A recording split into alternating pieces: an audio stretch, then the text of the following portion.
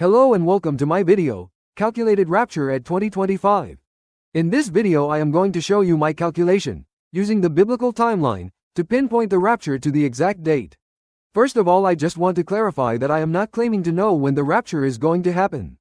What I am doing is making calculations based on my knowledge of the Bible, and making a guess of when the rapture could be.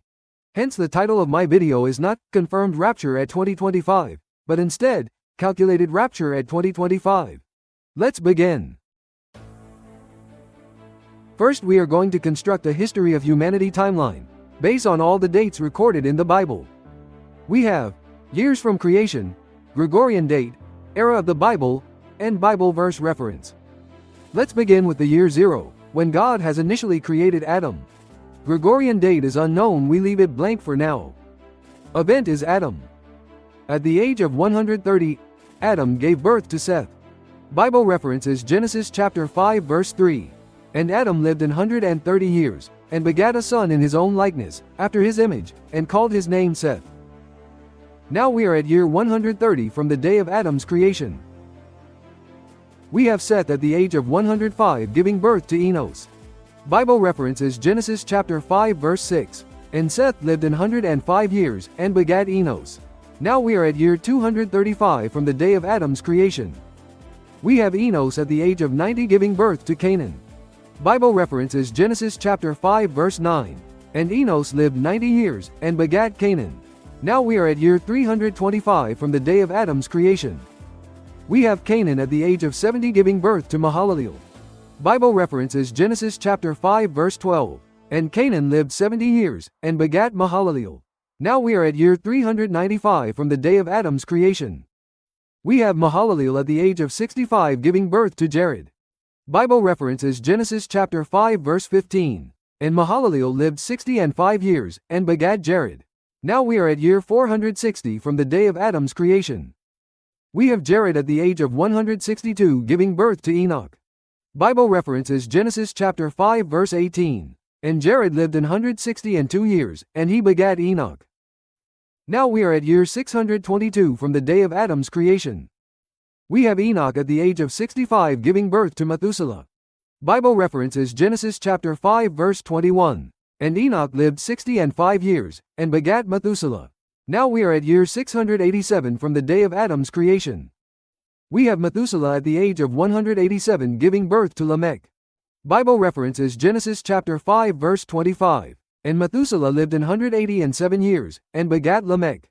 Now we are at year 874 from the day of Adam's creation. We have Lamech at the age of 182 giving birth to Noah.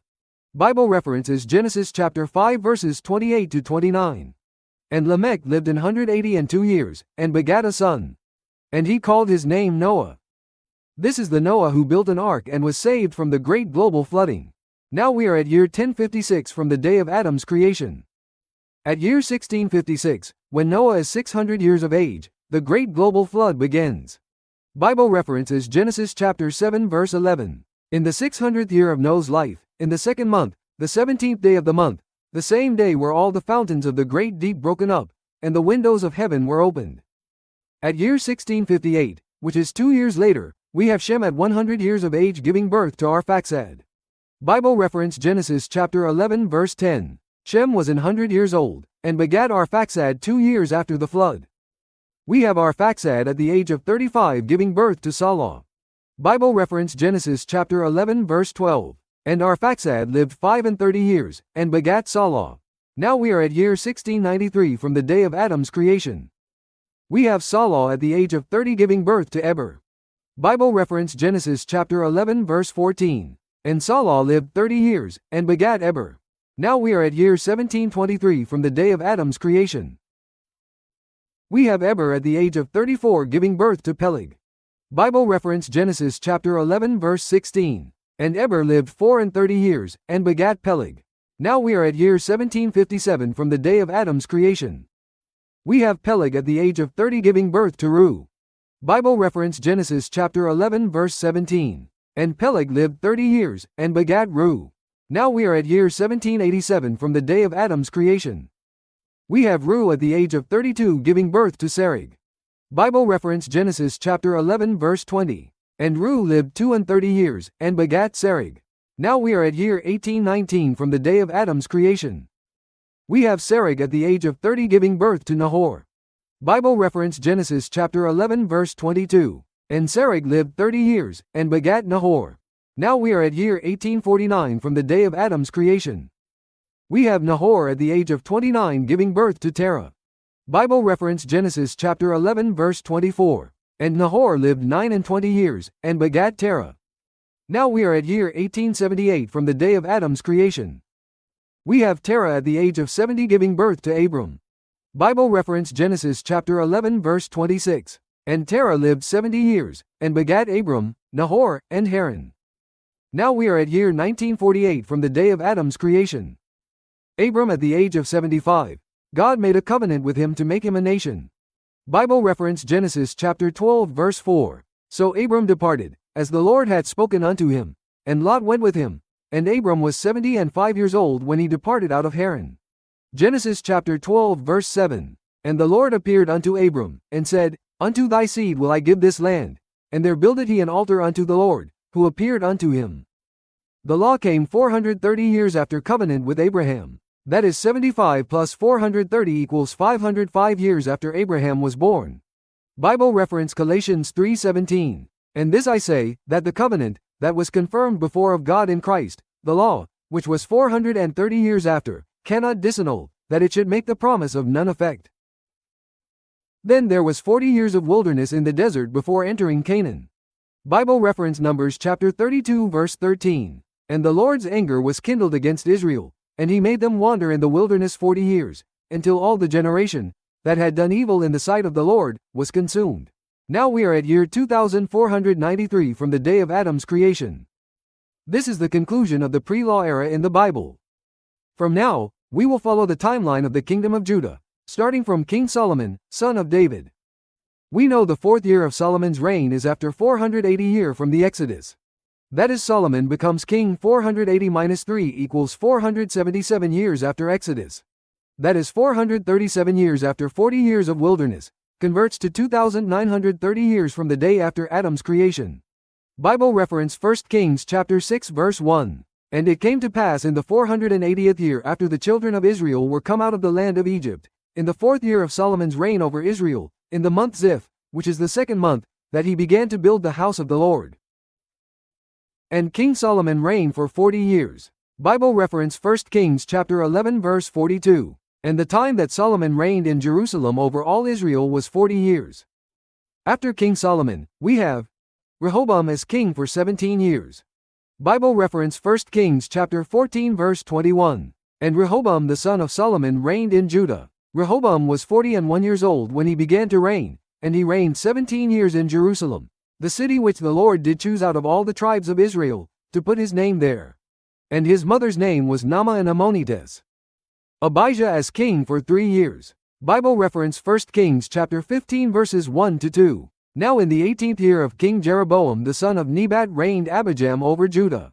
3 years reigned he in Jerusalem. And his mother's name was Maacah, the daughter of Abishalom. Asa as king for 41 years. Bible reference 1 Kings chapter 15 verses 9 to 10. And in the 20th year of Jeroboam king of Israel reigned Asa over Judah. And 41 years reigned he in Jerusalem. And his mother's name was Maacah, the daughter of Abishalom. Jehoshaphat as king for 25 years. Bible reference 1 Kings chapter 22 verse 42. Jehoshaphat was 35 years old when he began to reign, and he reigned 25 years in Jerusalem. And his mother's name was Azubah the daughter of Shilhi.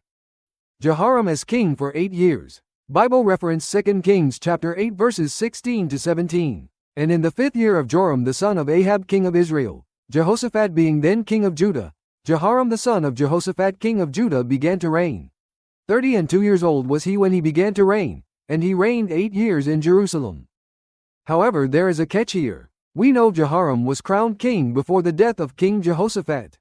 So there has been a period of time both of them were king. But for how long? We can see it from the following verses. 2 Kings chapter 3 verse 1. Now Jehoram the son of Ahab began to reign over Israel in Samaria the 18th year of Jehoshaphat king of Judah, and reigned 12 years. 2 Kings chapter 8 verse 16. And in the 5th year of Joram the son of Ahab king of Israel, Jehoshaphat being then king of Judah, Jehoram the son of Jehoshaphat king of Judah began to reign. We see Jehoram the son of Ahab has been king of Israel at 18th years of Jehoshaphat, and Jehoram son of Jehoshaphat were crowned king on the 5th years of Jehoram son of Ahab. Hence Jehoshaphat were actual king for 21 years, 4 years co-king with Jehoram, and Jehoram as king for another 4 years. That makes 25 years of kingship for Jehoshaphat, and 8 years of kingship for Jehoram his son. Now we continue with the timeline. Ahaziah as king for 1 year. Bible reference 2 Kings chapter 8 verse 26. 22 years old was Ahaziah when he began to reign, and he reigned 1 year in Jerusalem.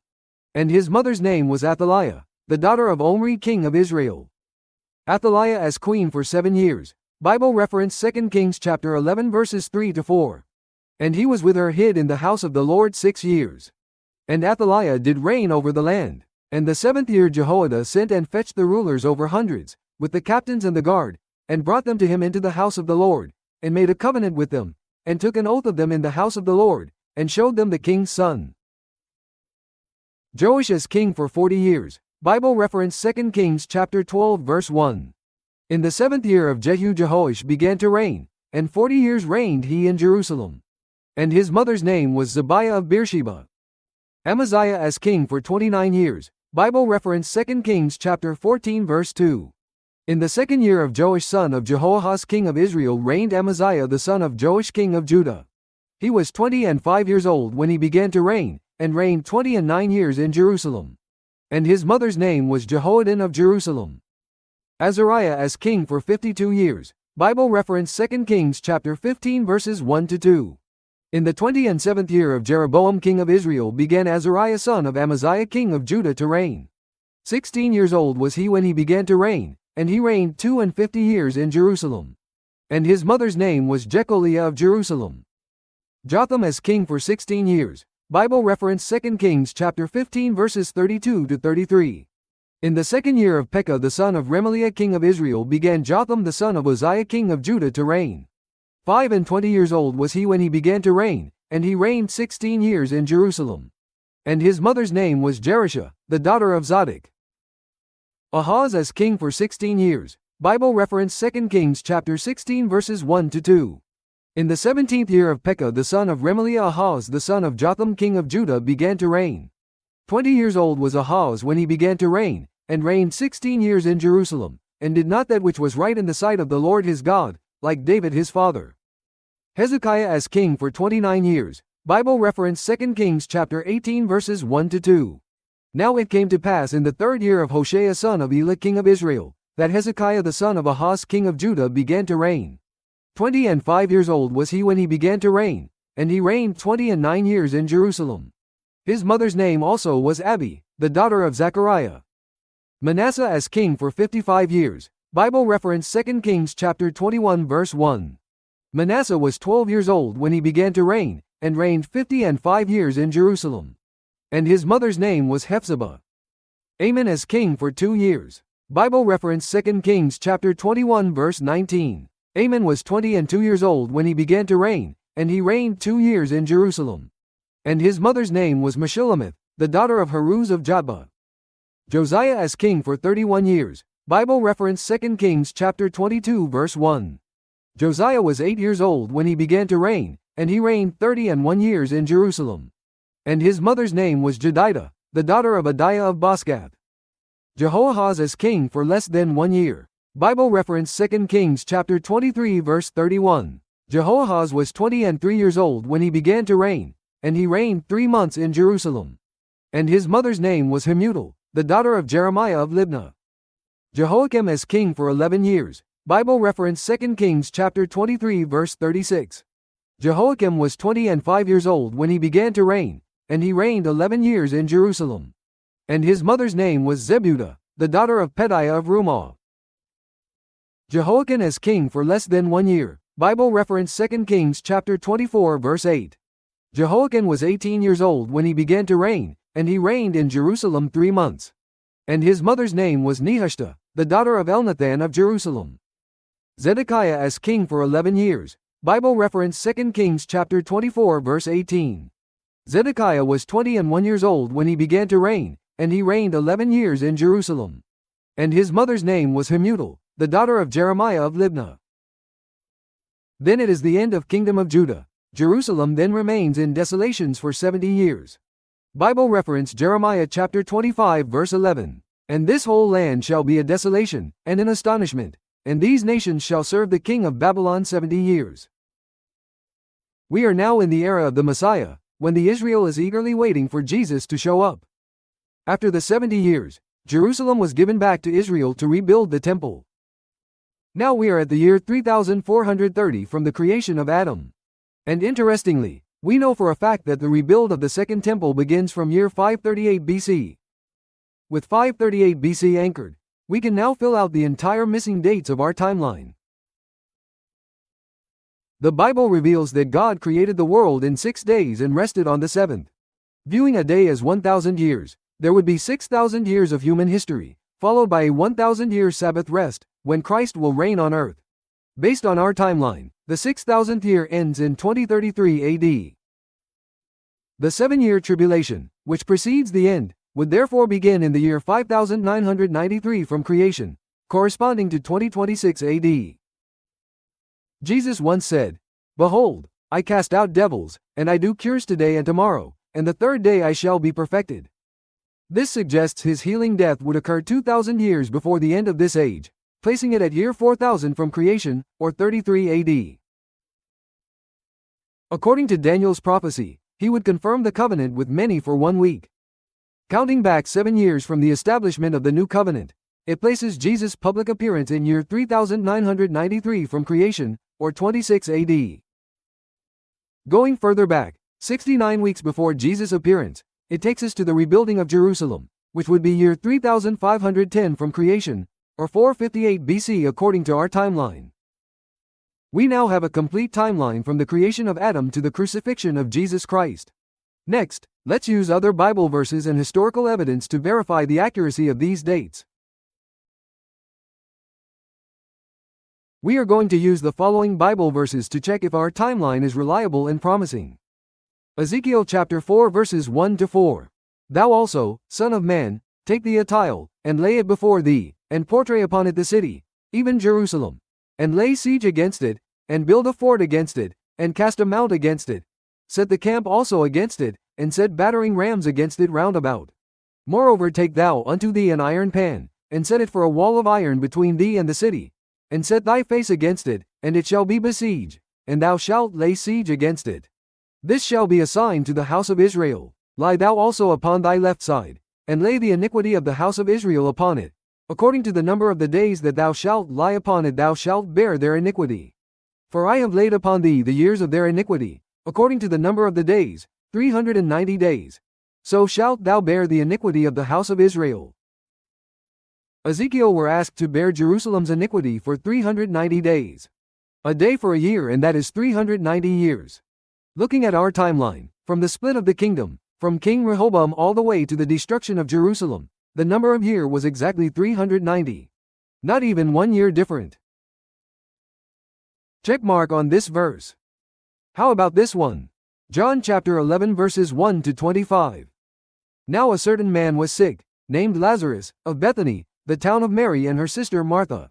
When Jesus heard that, he said, This sickness is not unto death, but for the glory of God, that the Son of God might be glorified thereby.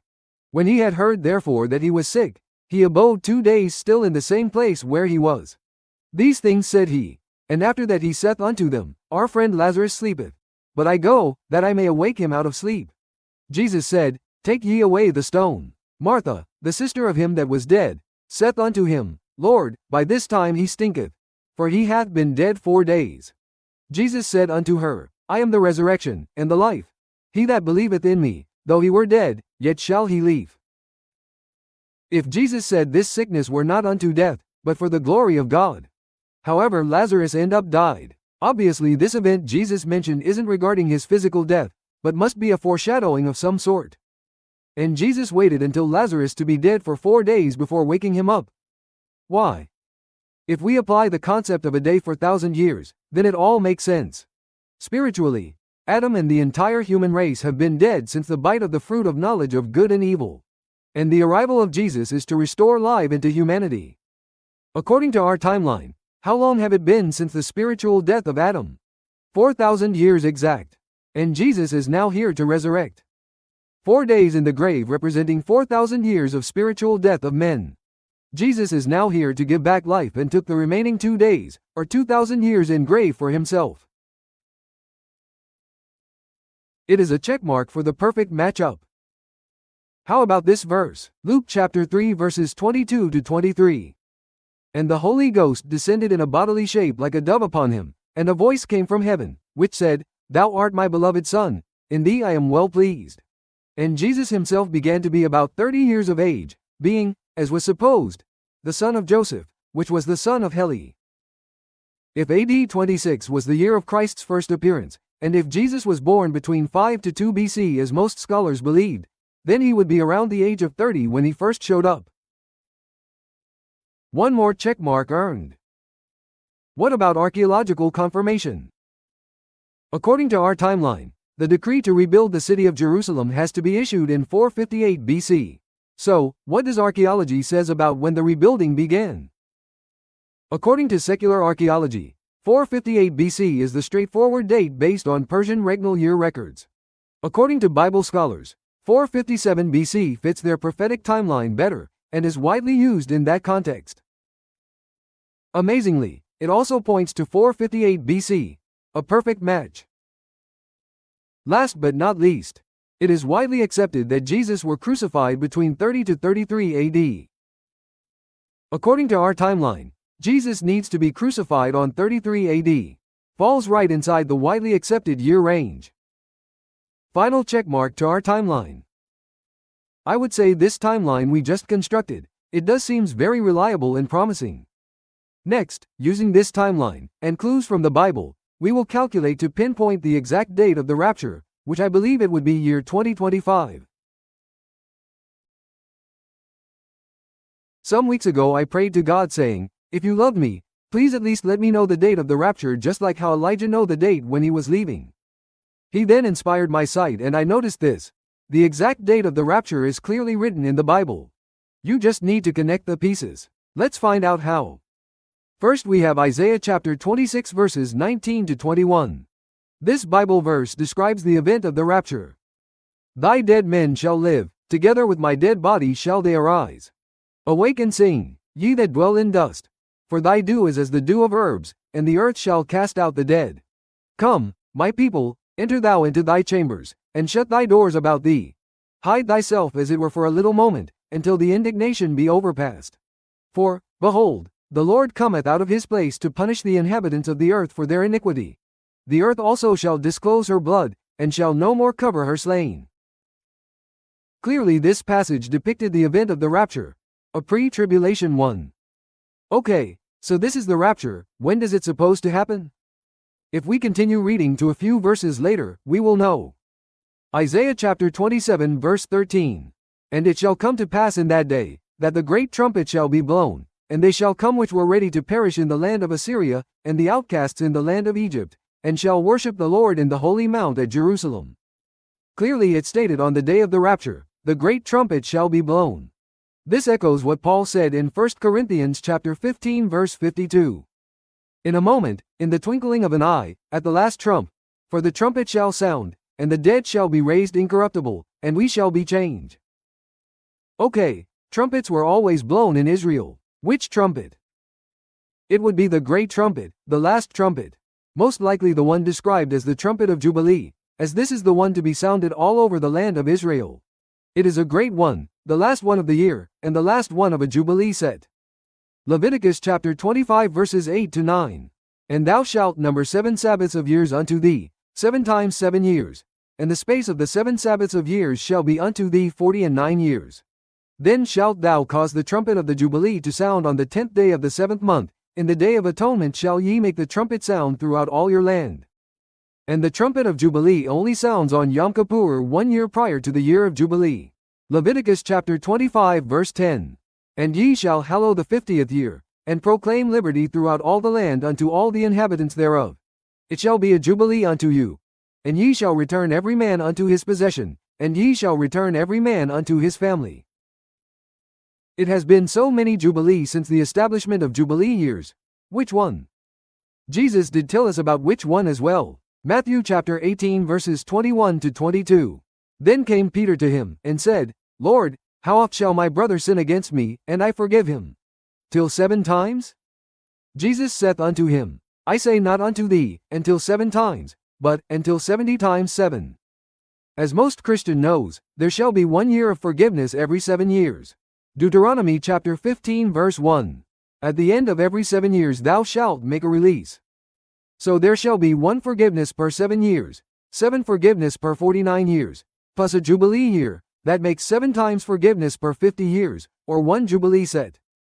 Jesus says to forgive 70 sets, hence the last time God will forgive will be on the year prior to the 70th Jubilee, and rapture shall happen on Yom Kippur of the year prior to the 70th Jubilee. So when is the 70th Jubilee? The Jubilee were established after Exodus, and the Israelites were asked to keep them in the land they shall possess. Hence it makes sense that the Jubilee set counter starts the first year Israel enters into Canaan. Deuteronomy chapter 4 verse 5. Behold, I have taught you statutes and judgments, even as the Lord my God commanded me, that ye should do so in the land whither ye go to possess it. According to our timeline, Israelite enters Canaan on 1475 BC. 70 sets of Jubilee is 3,500 years. That makes the 70th Jubilee lands on the year 2026 AD, taken into account that there is no year 0 from BC to AD. And when is the rapture we just found out?